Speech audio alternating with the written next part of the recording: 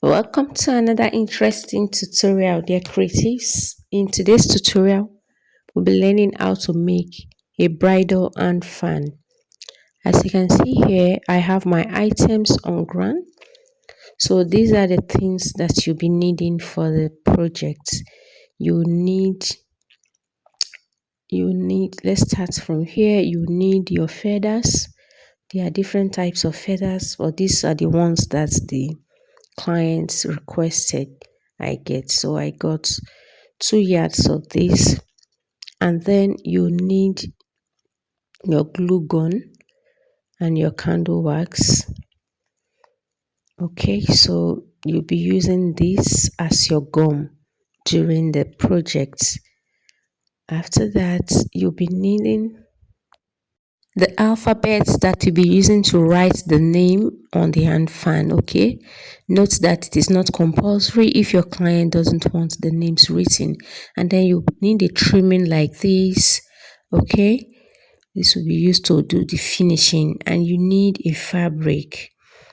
This is a bridal satin fabric that I'll be using for this project. You can use any fabric of your choice, but ensure it will contrast the writings. Then your carton, you need your carton. I'll be using carton for this. You can use a wording. You can use something else in place of this carton, but carton is more popular. I use cartons more. Okay, so that's what I'll be using for this project. And then to cut out the carton, you'll be needing something round. Okay, something of this round shape. It mustn't be a mold. This is a mold. I'll be using a mold to get the round shape. And then here I have my cane. This is the normal water cane that teachers use in schools. You just look for the fat one, and then we need a wording to wrap the cane around. Okay, so after that, you'll be needing, of course, your scissors to do the cutting. Okay, you'll be also needing a measurement tape, a tape measure at intervals that you may need to be measuring. Okay, so having said all of that, let's start the tutorial right away. So now we know all the items you'll be needing. Let's assume you've gotten them. We'll be starting with our carton. Okay, we want to cut out the shape of the hand fan. So the carton and the mold do the job here. Like I mentioned earlier, anything round can serve the place, the role of this mold. So to say, this is a fascinator mold I'm using. I'm here marking out the difference because I do not want the hand fan to be exactly the size of the mold. I added extra 1 inch to the side of the mold, and then I'm marking it out. So here my shape has been marked out beautifully. So I'm simply cutting out the shape I just marked now. As you can see here, I'm cutting out about 1 inch away from even the line I marked. This is due to the fact that I didn't get a suitable round shape that is as big as the hand fan size I'm making. So I make do with the fascinator mold, which is smaller.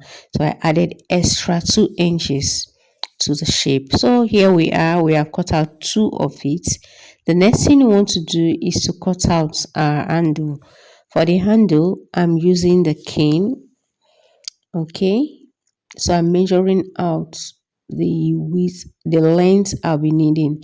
I've measured 9 inches length and I have marked, and then I'll get my knife. Okay, the knife wasn't introduced.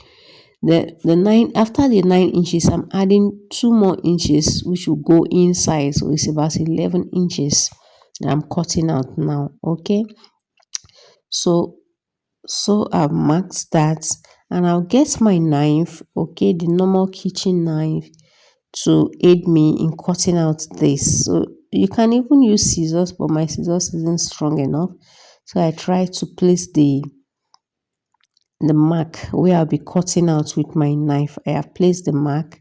So after getting the knife, I'll just cut out on that marked part.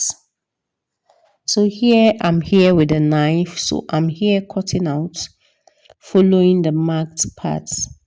This is not too easy if you aren't used to your knife or your hands are soft like mine. So I'm not finding this too easy, but then it is doable. I've done it, as you can see. So here we are progressing. Our cane is ready to. This is how the cane will be placed, and before you place it, you have to check the shape of your cartons. So you place the cane. Now, before even placing the cane, I want to cut out the fabric according to the shape of the carton. Now, I'll be cutting out two. So I have folded the fabric into two. And I'll also be cutting out with excess allowance, which I'll be using to finish up the work.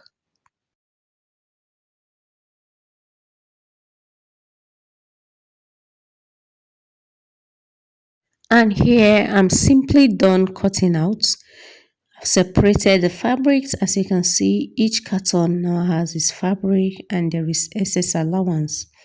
Okay, so we'll be starting right away. So after plugging your glue gun and leaving it for some time and ensuring that it is very hot, you just take it and place your gum all around the carton. Okay, like I'm doing. I'm trying to adjust my candle because I think something is tucked inside. As you can see, I'm placing the gum on the carton. I have done that, and now I'll place the fabric underneath and just start gumming it over. Note that a glue gum is best used when it is still very hot. So you do not need to wait for it to cool down. When it cools down, you will not be able to use it again.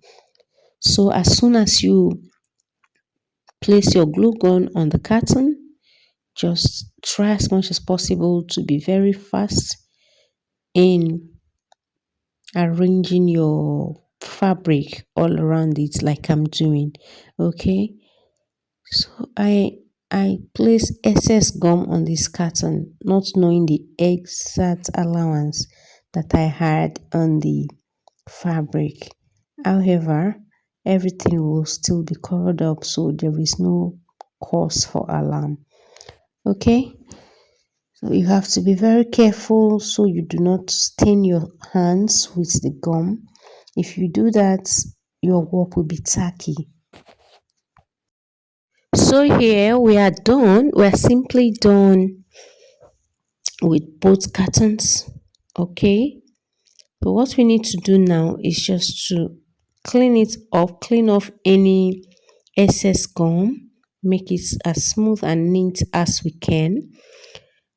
After that, we close them up with each other. But before we close, we have to insert the cane in between. So this is the point you look for a central position to place the cane. Okay. So now I'm also adding my gum to the cane first and then to the area on the carton that I want to place the cane. Also going ahead to add gum on that area. Can you see? So after that, I will just place the cane right away because I do not want that gum to become sticky. If I do, the cane will not stick. Can you see? After sticking the cane there properly, I will also go ahead and add gum all around the both cartons.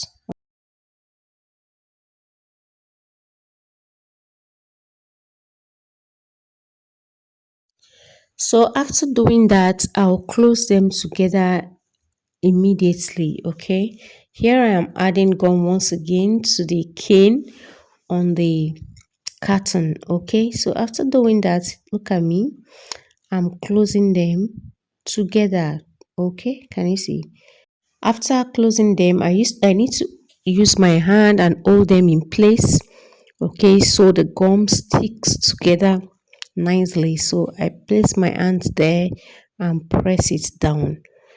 I'll turn it over and continue the process. Now, after sticking them together beautifully, I get my needle and matching thread, same color with the fabric. Okay, I thread it and then I start stitching. Just watch the way I'll be stitching.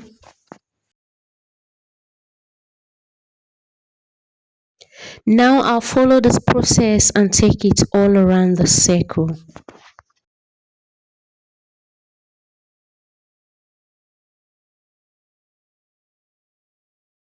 So basically here we are. Our base has been formed. Can you see? So I will also continue. I'm done with this part, but then this other side is still remaining. So I'll continue until I'm done with the entire circle.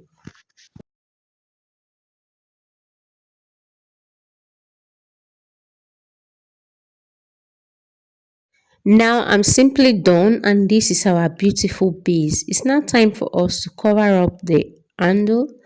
So I'm using my wording. I'm cutting out the wording here. Okay. Ensure that the length, the size you're cutting out will be enough to wrap around the cane. I'm also done cutting out the wording and I'm here trying to wrap it around the cane. Just watch me. So after confirming that the wording will be able to wrap around the cane, I'm here adding gum to the cane first before I proceed to wrapping the wording around. At this point, if you're enjoying the tutorial, do follow us on all our social media platforms. Subscribe to our YouTube channel so you can be watching more tutorials like this.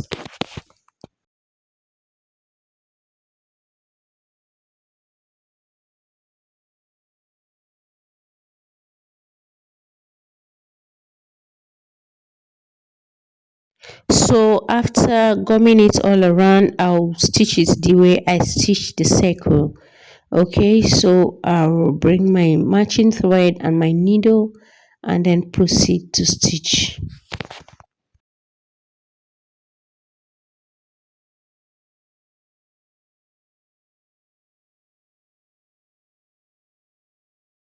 And here I'm also done stitching, so it's now time for us to proceed to the main tutorial. Here I have my feathers as I've already shown earlier on. What we're about to do is to take the feathers all around the circle. Note that you can pluck the feathers and be placing them one after the other depending on the shape you want to get. Okay, but for me, for this particular one I just needed the shape to be the way it is, so I decided to take it round. Can you see? I placed gum on top of it and then I started fixing the feather. That part of the videoing did not capture, but I didn't notice that, so I'm here explaining it. So it's just to put your candle wax gun, ensuring that it is very hot. Okay, the candle gum should be very hot as you are placing it around the circle. All you need to do here all you need to do here is to gauge the circle in such a way that there will be enough space for you to write your name as at when you want to write your name. Okay, so I made sure I took the feathers to the side, to the extreme end. Okay, so as you can see me doing, that's how I started it. You just place your gum by the side going round and be fixing the feathers. At this point, I've gone round the circle on both sides. Okay, placing feathers on this side, I have placed feathers. On the other side, I've also placed my feathers. Okay, so note that you have to place your feathers on both sides. That's when you see the beauty. And then I still have feathers remaining, so I'll go round again on this side. So I'm first of all cutting out the excess before I'll come back and then fix it according to how I have calculated. At this point, for the leftover feathers, you can decide to just pluck them out and sprinkle them around. So for my handle to be visible, I'm here separating the feathers that were covering the handle. Okay, I can decide to even pluck them out. I'll pluck out some and place on another part of the circle. Can you see what I'm doing? So I have plucked out the feathers that were actually very close to the handle. So the handle will be visible and be very comfortable when holding it. Okay.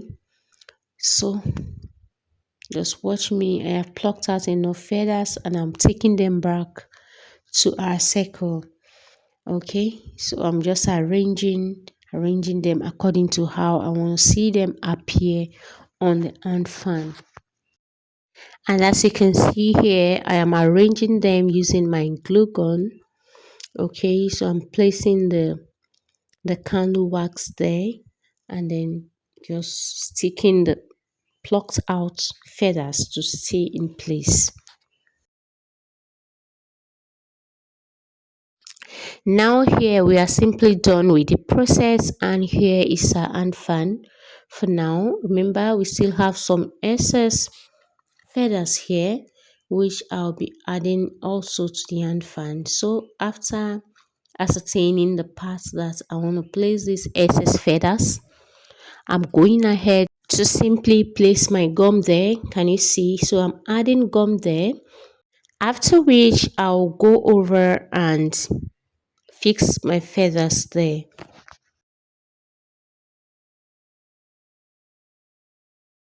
So I'm fixing the feathers there and I'll make sure I'll take it round until I exhaust the excess feathers.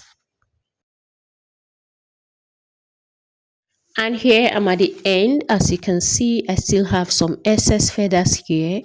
So I'll cut out and then pluck them out and arrange them still on the circle, just like I did the other time. So I'll be plucking it out one after the other. I'll be using my gum to make them stay in place around the circle in no particular order.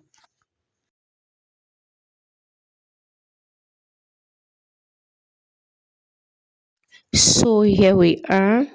Our feathering process has ended. So we are moving on to finishing our hand fan with the trimming. So all these raw edges, all these rough parts that are visible will be covered up using our gold trimming. So here I am simply applying gum to the handle. I'm starting from the handle. So after applying the gum, here is my trimming. I'll wrap it around the handle, okay, in a tight snuggy format. So as you can see, I'm doing that. While doing this, ensure that your hands are firm and make sure the trimming stays in place, okay?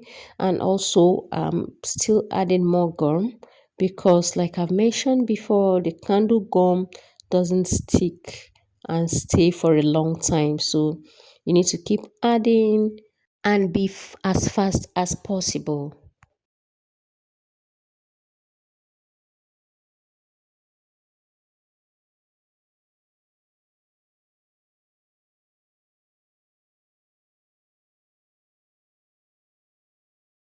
Now I'm at the end and I'm taking it back again to ensure that the wording used at the handle is properly covered.